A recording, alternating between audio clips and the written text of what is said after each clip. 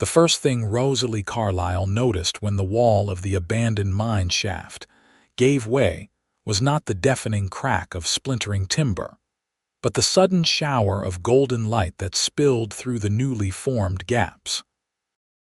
It was 1876 in Gunnison, Colorado, and what had begun as a curious exploration of her father's mining claim had turned into a desperate fight for survival as the rotted support beam collapsed, pinning her beneath its crushing weight.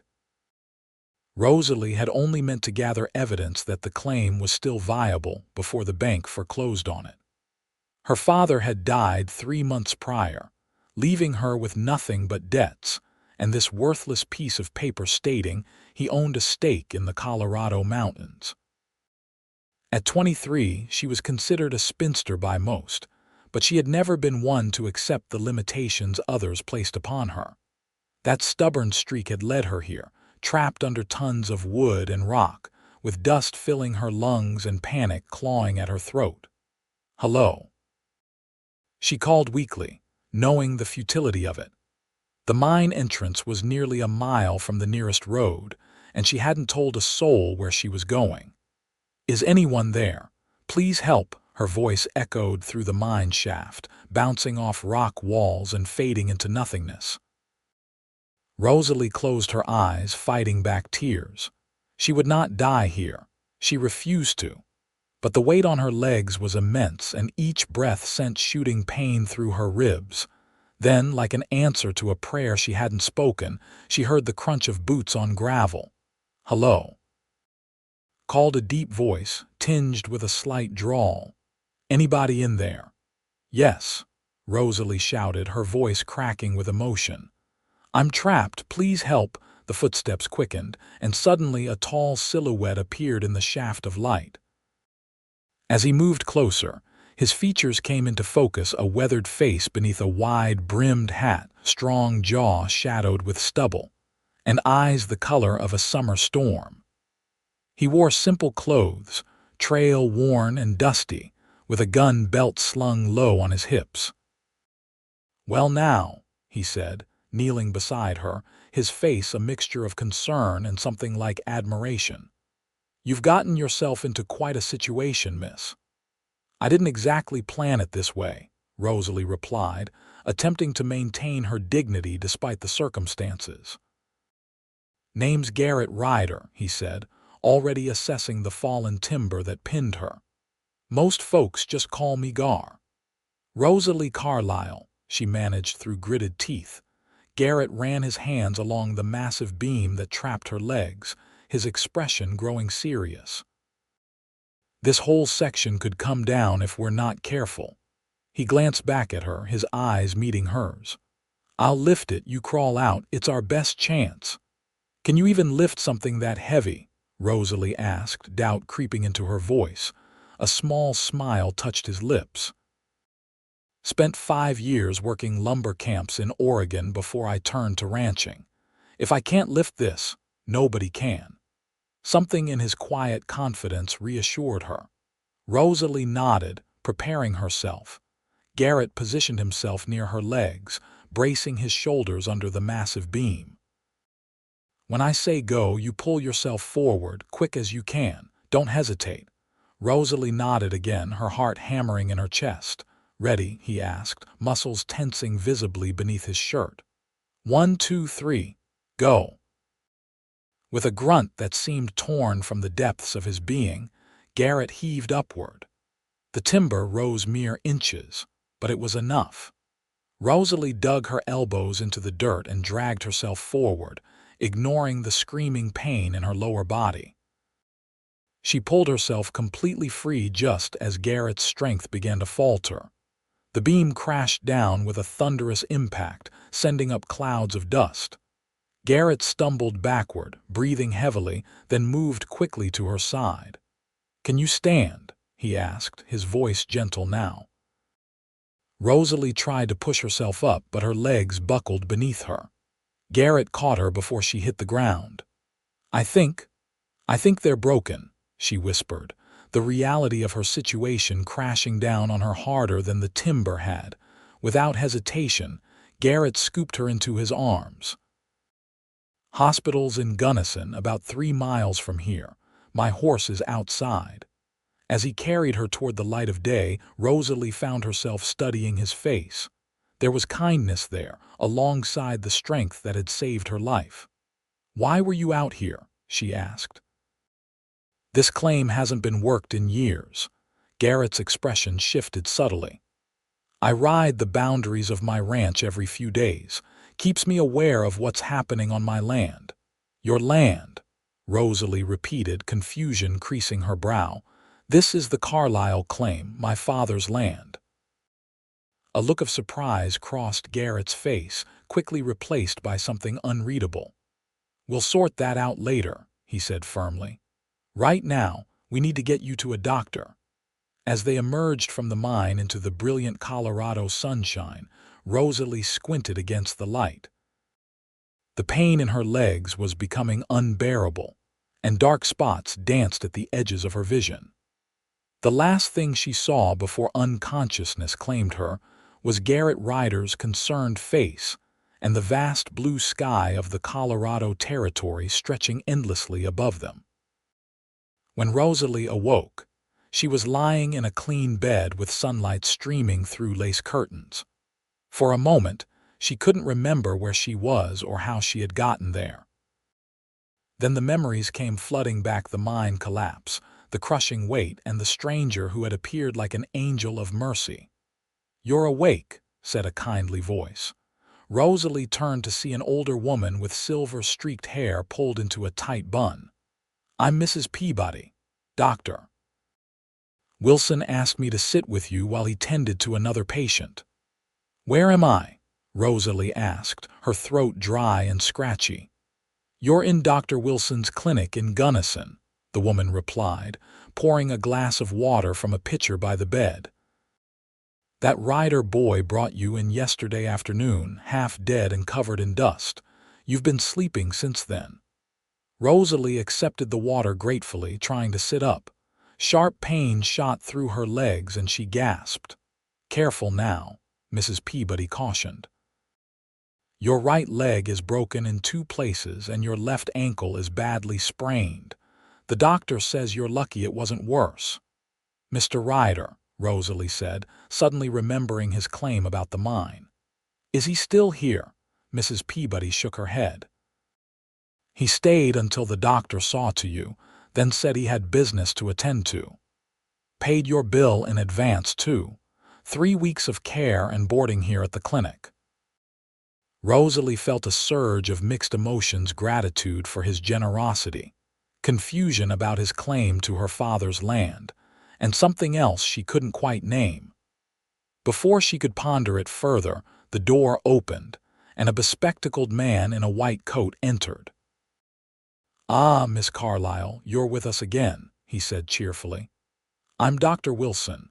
You've had quite an ordeal." The next hour was spent being examined, having bandages changed, and learning the extent of her injuries. By the time the doctor finished, Rosalie was exhausted again but determined to understand her situation. "When can I leave?" she asked. Dr. Wilson frowned. "Not for at least 3 weeks, possibly longer. Your leg needs time to begin healing properly before you can put any weight on it." "But I need to," Rosalie began. "Whatever it is, it will have to wait," the doctor interrupted firmly. "Unless you want to risk permanent disability. Now, is there anyone we should notify? Family, perhaps?" Rosalie shook her head. "My father died 3 months ago. There's no one else." The doctor's expression softened. "I'm sorry to hear that. Well, you're welcome to stay here as long as needed. As Mrs. Peabody mentioned, Mr. Ryder has seen to the expenses." After the doctor left, Rosalie lay back against the pillows, mind racing. 3 weeks confined to bed. 3 weeks during which the bank could foreclose on her father's claim, the very thing she'd been trying to prevent when she entered that mine.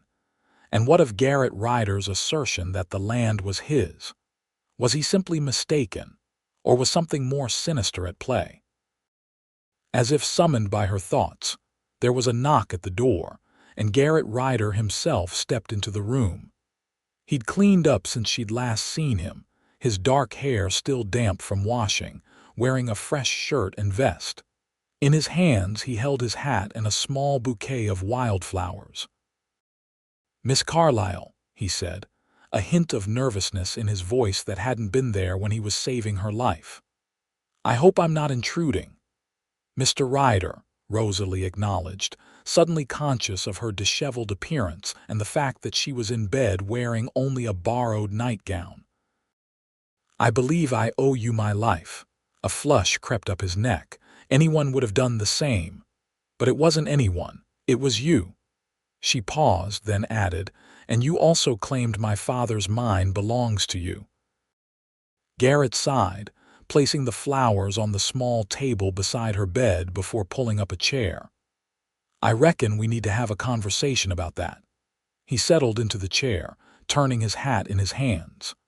2 years ago, I purchased 3,000 acres from the railroad company. According to their maps and my deed, that includes the mine where I found you." Rosalie shook her head. "That's impossible. My father filed his claim in '68. He has had the documentation to prove it." "I don't doubt that," Garrett replied, his expression serious.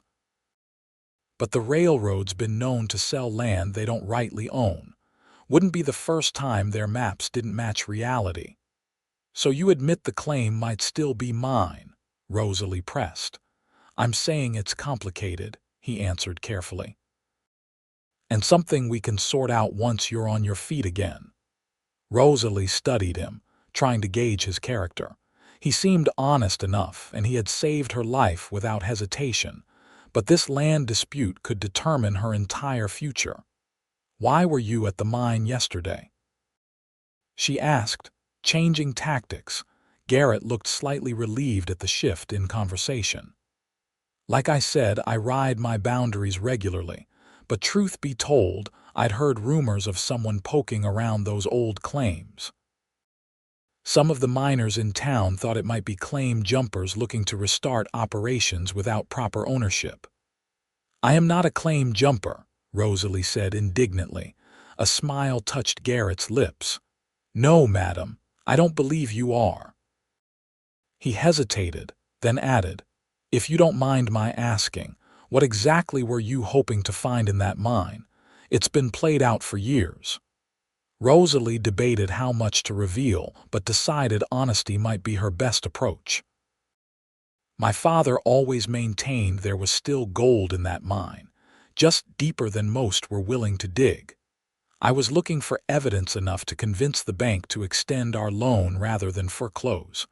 Understanding dawned in Garrett's eyes. "So that's why you were in there alone." "That was mighty dangerous, Miss Carlisle."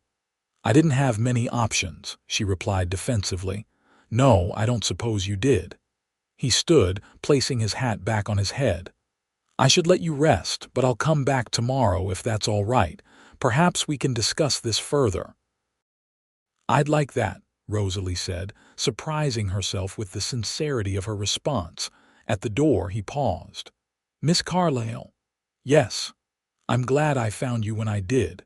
After he left, Rosalie found herself staring at the wildflowers he'd brought. They were simple daisies and lupines, probably gathered from the roadside, but something about the gesture touched her deeply. It had been a long time since anyone had shown her such thoughtfulness. Over the next few days, Garrett visited regularly, always bringing something small, a book, fresh berries from his ranch. Once even a slice of Mrs. Peabody's famous apple pie that he'd somehow charmed from the stern-faced nurse. They talked for hours, first about their land dispute, then gradually about their lives. Rosalie learned that Garrett had come to Colorado 5 years earlier after his time in the Oregon lumber camps. He'd worked odd jobs, saved carefully, and finally purchased his ranch when the railroad was selling off parcels. He ran cattle now, though on a smaller scale than some of his neighbors, and lived alone in a cabin he'd built himself. In turn, she told him about growing up in St. Louis, the daughter of a dreamer who was always chasing the next big strike. How they'd moved west after her mother died, her father convinced that fortune awaited in the Colorado mountains. How she'd learned to be practical while he remained an eternal optimist, even as debts mounted and his health failed. He wasn't a bad man, Rosalie explained one afternoon about a week into her convalescence. Just not a particularly good businessman. He believed so strongly in that mind that I started to believe too. Garrett nodded thoughtfully. Some men are like that sea gold where others see only rock. Sometimes they're fools and sometimes they're visionaries. And which was my father? Rosalie asked softly. Garrett met her eyes. I don't know, Miss Carlisle, but I aim to find out. What do you mean? I've been doing some thinking, he said, leaning forward in his chair. Once you're well enough to travel, I'd like to take you back to that mine.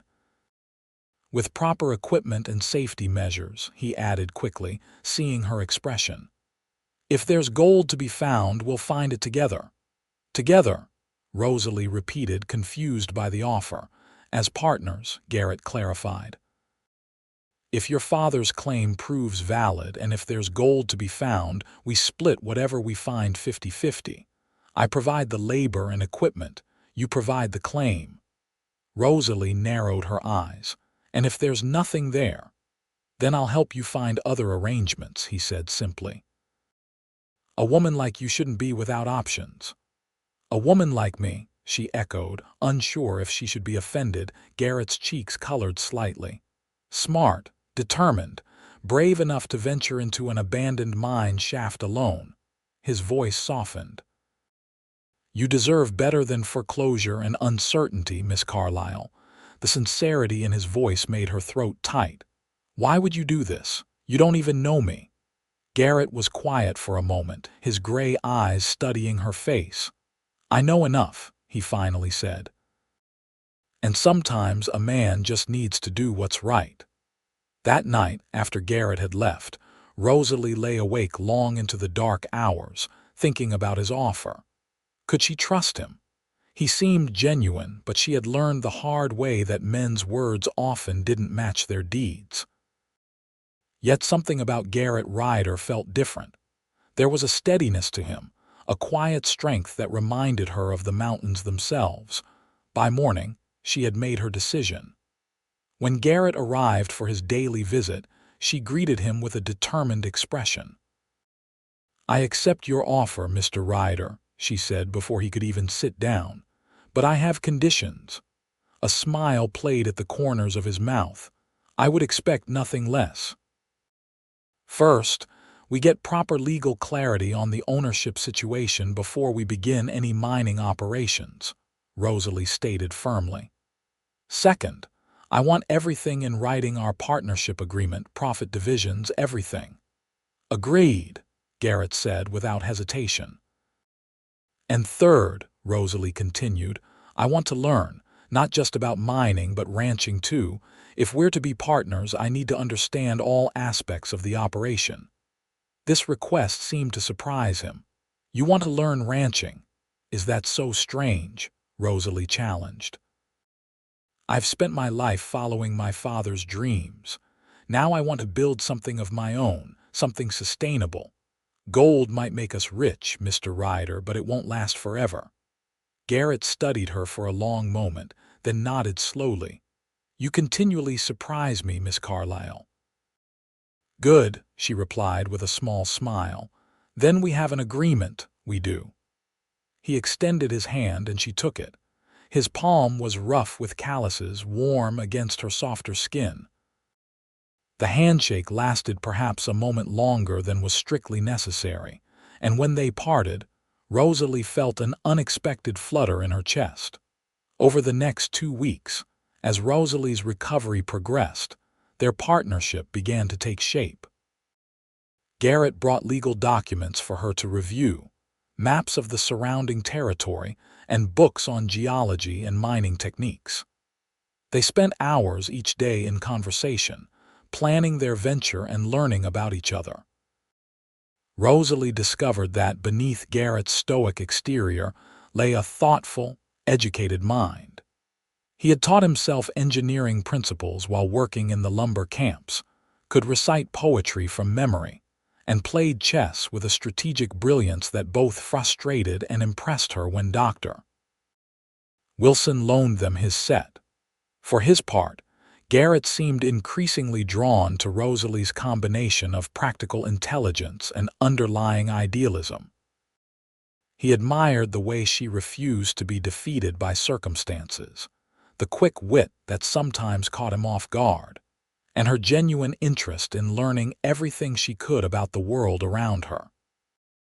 "You're not what I expected," he admitted one evening as the sun was setting, casting the small room in golden light. "What did you expect?" Rosalie asked, marking her place in the mining text she'd been reading. Garrett considered the question. "When I first found you in that mine, I thought perhaps you were just another Easterner with romantic notions about striking it rich out west. And now I know you're much more dangerous than that," he said with a small smile. "Dangerous," Rosalie laughed. "I've been bedridden for weeks." "A temporary condition," Garrett replied. "But a mind like yours, paired with that determination, I reckon you could accomplish just about anything you set your sights on." The compliment warmed her more than it should have. "Including finding gold where my father couldn't." "Especially that," Garrett said with conviction. "In fact, I've been doing some preliminary exploration while you've been recovering." Rosalie sat up straighter. "You have? What did you find?"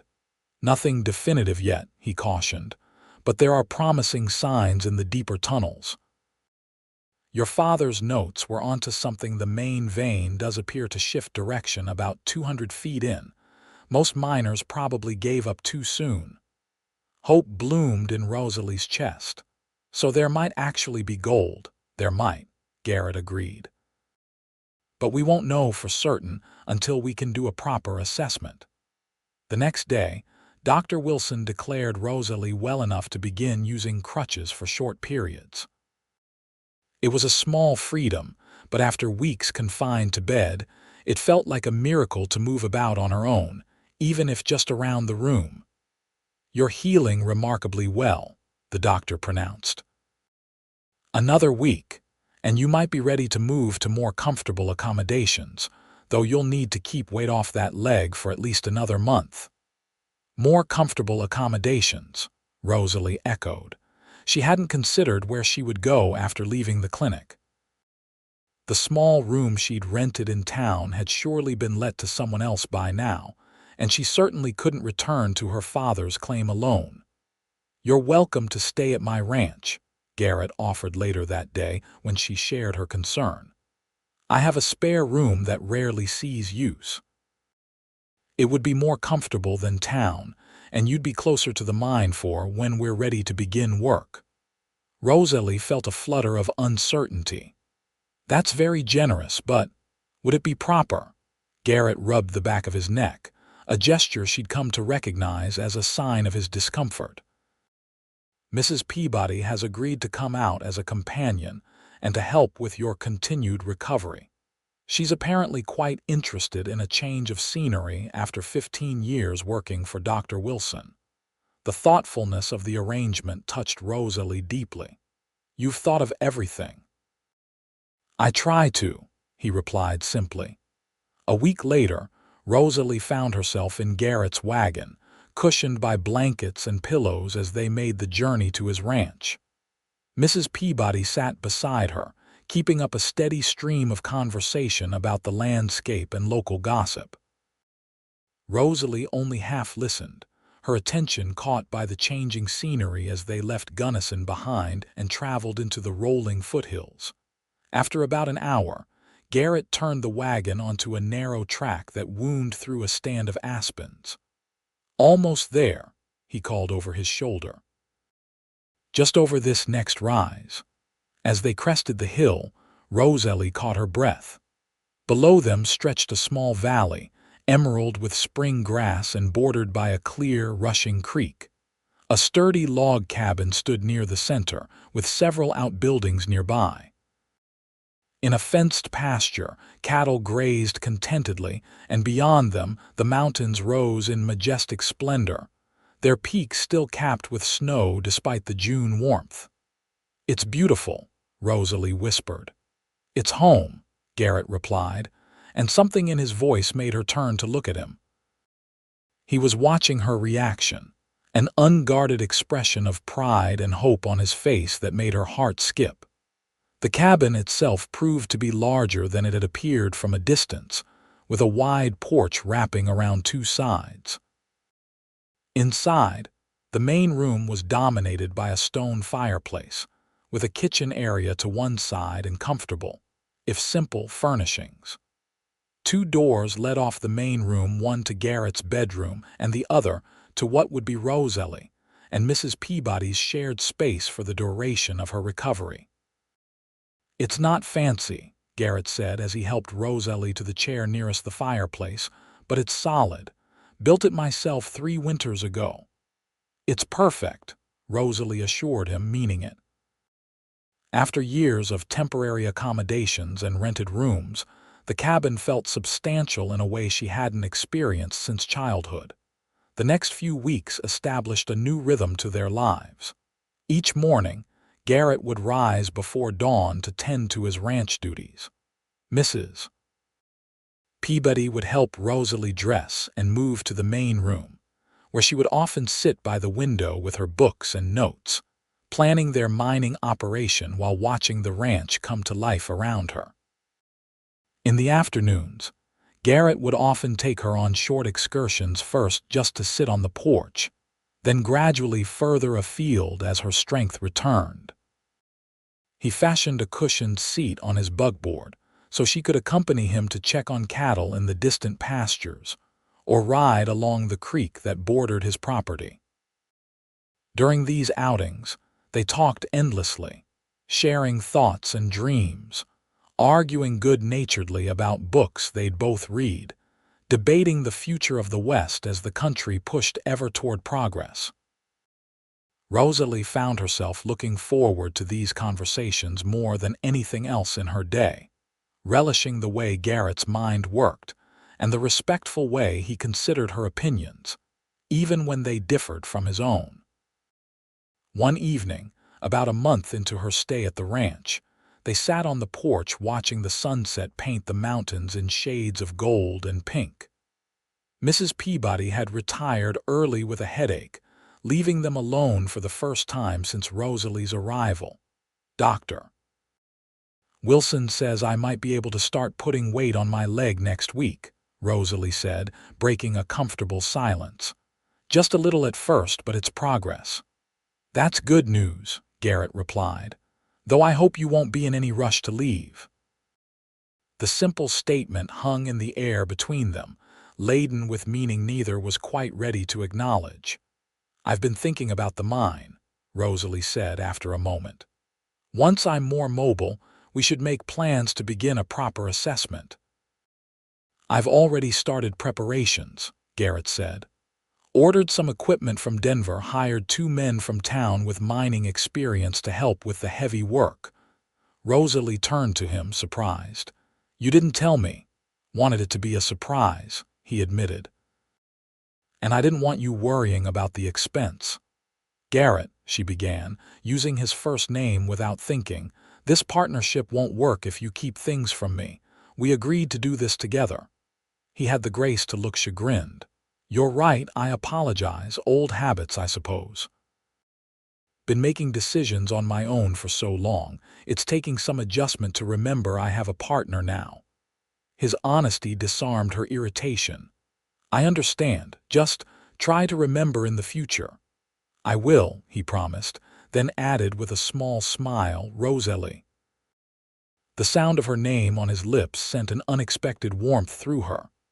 They sat in silence for a few more minutes, watching as the first stars appeared in the deepening blue of the sky. "May I ask you something personal?" Garrett finally said. "You may ask. I reserve the right not to answer." He nodded, accepting the condition. "Why didn't you ever marry a woman like you?" He stopped, seeming to reconsider his words. What I mean is, surely there were suitors. Rosalie looked out at the darkening landscape, gathering her thoughts. There were a few, she acknowledged. In St.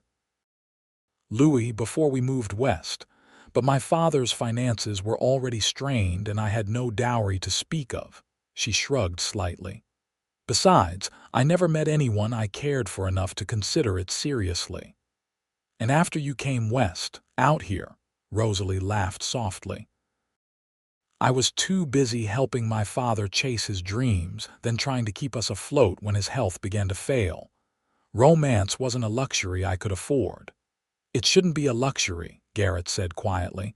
It should be a right, for everyone. Something in his tone made her turn to look at him.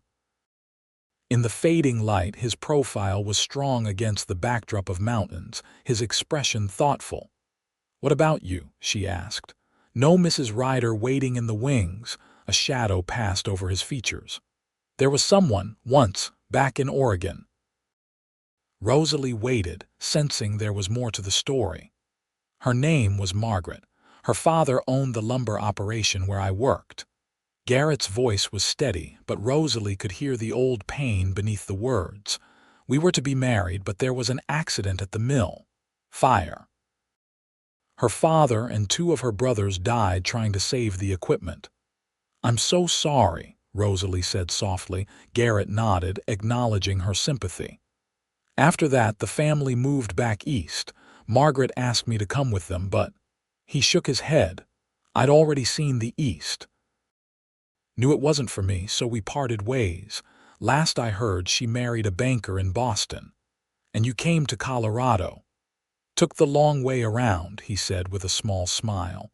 But yes, eventually found my way here. Never regretted it, not once. As the stars fully emerged in the night sky, they continued talking, sharing pieces of themselves they'd never revealed to others.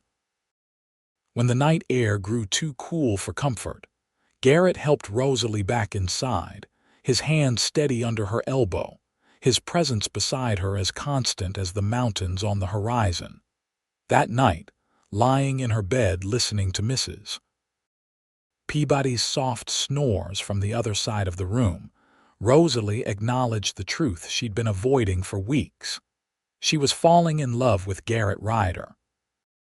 The realization should have frightened her. Loving him meant vulnerability, risk, the potential for heartbreak, but instead, she felt a curious sense of peace, as if her heart had recognized something her mind was only now discovering.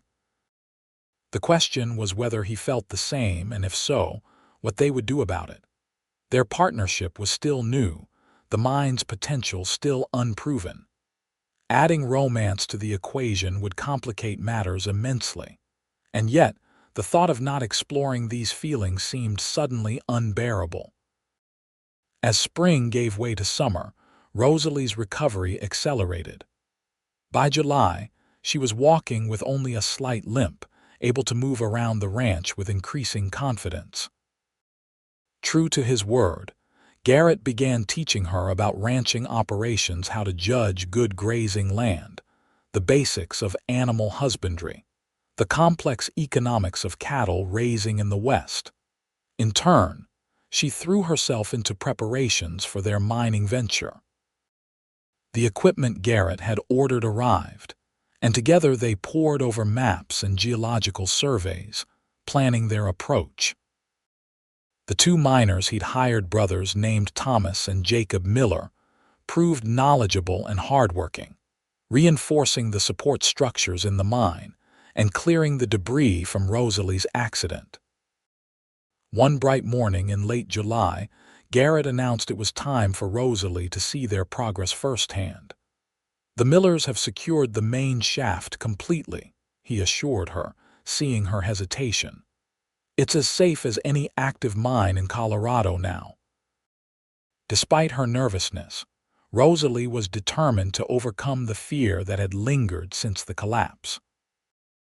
Dressed in practical trousers borrowed from Garrett, scandalously improper but necessary for the expedition, she rode beside him to the mine entrance, her heart pounding with a mixture of anticipation and dread. The mine looked different in daylight, its entrance now properly framed with new timber supports. Lanterns hung at regular intervals along the main shaft, casting warm light on the rocky walls. Garrett kept close to her side as they ventured deeper, one hand ready to steady her if her still healing leg should falter on the uneven ground. "This is where I found you," he said softly as they reached a section where the ceiling height dropped significantly. New support beams had replaced the collapsed ones, but Rosalie recognized the spot immediately. A shudder passed through her at the memory of being trapped, the crushing weight, the certainty that she would die alone in the darkness. Garrett's hand found hers, his fingers intertwining with her own. "You're safe now," he murmured. "I won't let anything happen to you." The simple promise, spoken in the very place where they had first met, broke something loose inside Rosalie. Tears welled in her eyes, not from fear but from the overwhelming realization of how much had changed since that day. How much she had changed. "Thank you," she whispered, squeezing his hand, "for everything." They continued deeper into the mine, eventually reaching the area where the millers were working. The brothers had indeed made impressive progress, exposing a vein of quartz that glittered promisingly in the lamplight. "Is that gold?" Rosalie asked, peering at the rock face. Thomas Miller, the elder of the brothers, shook his head. "Not directly, madam. But quartz like this often accompanies gold deposits. We need to follow it deeper, see where it leads." "Your father's notes were right," Garrett told her. "The main vein does change direction here. Most miners probably gave up because they kept going straight when they should have angled north." "So there's hope?" Rosalie asked, hardly daring to believe it. "More than hope," Jacob Miller said, grinning broadly as he held out his hand. In his palm lay a small nugget, no larger than a pea but unmistakably gold. "Found this yesterday in the new shaft we're digging. It's just the beginning." Rosalie stared at the tiny piece of metal that represented everything her father had believed in, everything she had doubted. It was real. The dream wasn't just a fantasy after all. When she looked up at Garrett, she found him watching her with an expression of such tender joy that it took her breath away. "You did it," he said quietly. "Your father would be proud." "We did it," she corrected him, still holding his hand. "Partners, remember." That evening, they celebrated at the ranch with a special dinner prepared by Mrs. Peabody, who had taken the news of the gold discovery with practical enthusiasm. "Well, it won't cook itself into supper," she declared when shown the nugget. "But I suppose it calls for something special all the same." After the meal, Garrett suggested a walk down to the creek. Mrs. Peabody gave them a knowing look but merely said she'd clear up and retire early, as her old bones needed extra rest these days. The evening was perfect, warm but not hot, with a gentle breeze carrying the scent of wildflowers. The creek gurgled peacefully as they strolled along its banks, the setting sun turning the water to liquid gold. "What will you do with your share?" Garrett asked after they had walked in comfortable silence for a while. "If the mine produces as we hope," Rosalie had been considering this question for days. "Pay off my father's debts first," she said decisively. "After that, I'm not entirely sure. What about you?" Garrett stopped walking, turning to face the creek. "I've been thinking about expanding the ranch. There's good land to the north that would nearly double my grazing capacity. Maybe build a proper house eventually. Instead of your perfectly adequate cabin," Rosalie teased. "The cabin suits a solitary rancher just fine," Garrett replied, "but a man might want something more substantial if he were thinking of other arrangements." Rosalie's heart quickened. "What sort of arrangements?" Garrett turned to face her, his expression more vulnerable than she'd ever seen it. The sort that involved not being solitary anymore. The moment stretched between them, full of possibility. Rosalie was acutely aware of the sound of the creek, the last rays of sunlight filtering through the trees, the way Garrett's eyes never left hers. "Rosalie," he began, his voice low and serious, "I know we haven't known each other long, but these past months have been the best of my life," she finished for him, surprising herself with her boldness. Relief and joy washed over his features. "Mine too." He took a step closer, close enough that she could see the flecks of blue in his gray eyes. "I never expected to find you. Certainly never expected to feel this way again. But here you are, and here I am, and I can't imagine going back to how things were before." "Neither can I," Rosalie admitted softly. Garrett reached out, his hand gentle as he tucked a strand of hair behind her ear. "I'm not a man of fancy words or grand gestures, but I know what I want, and what I want is a future with you in it. As my partner in everything, not just the mine."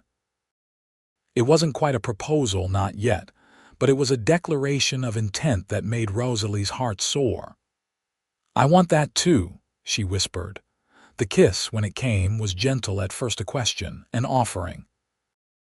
Rosalie answered by stepping closer, her hands finding their way to his shoulders as his arms encircled her waist. The touch of his lips on hers felt like coming home to a place she'd never been before, familiar and thrilling all at once. When they finally pulled apart, both slightly breathless, Garrett rested his forehead against hers. "I think I've been falling in love with you since the moment I found you in that mine," he confessed. "Stubborn and determined even while trapped under a timber beam." Rosalie laughed softly. "And I've been fighting it every step of the way, telling myself it was too soon, too complicated." "And now?" he asked, his arms still around her. "Now I'm done fighting," she replied simply and kissed him again. They returned to the cabin hand in hand, both knowing that everything had changed. Mrs. Peabody took one look at their faces and smiled knowingly, but said nothing, merely bidding them good night with a twinkle in her eye. The weeks that followed were filled with hard work and growing joy. The mine began to produce gold, not in spectacular quantities, but steadily enough to confirm that Rosalie's father had been right all along. The first profits went, as planned, to settling his outstanding debts, with Garrett insisting that her father's good name was their first priority. Meanwhile, their relationship deepened, moving from tentative romance to certain love with a speed that might have seemed reckless if it hadn't felt so utterly right. Mrs.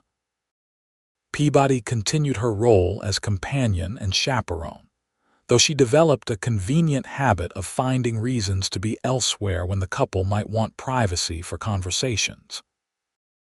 By early September, with autumn painting the aspen groves in shades of gold that rivaled their mining find, Garrett formally asked Rosalie to marry him. The proposal came not in grand romantic fashion, but during a quiet moment while they were reviewing the mine's production figures at the kitchen table. "We should get married," he said suddenly, looking up from the ledger they were updating. "Before winter sets in. I don't want to wait until spring." Rosalie blinked at the abrupt shift in conversation, then laughed. "Is that how ranchers propose in Colorado? By scheduling it like a cattle drive?" Garrett had the grace to look chagrined. "I'm making a mess of this, aren't I?" "Thoroughly," she agreed, still smiling. Setting aside the ledger, Garrett took her hands in his. "Rosalie Carlisle, I love you more than I ever thought possible. You've brought light and purpose and joy back into my life. Will you do me the extraordinary honor of becoming my wife?" "Yes," she said simply, her eyes shining with unshed tears. "Yes, I will." They were married in early October in Gunnison's small church, with Mrs. Peabody beaming from the front pew and the Miller brothers serving as witnesses. Dr. Wilson attended as well, proudly declaring the bride's recovery from her injuries to be the most successful treatment of my career. The ceremony was simple but heartfelt. Rosalie wore a new dress of deep blue, ordered specially from Denver, with her mother's cameo at her throat. Garrett, normally so comfortable in his ranching clothes, looked both handsome and slightly uncomfortable in his formal suit. When the preacher pronounced them husband and wife, Garrett's kiss was tender and reverent, a promise of the life they would build together.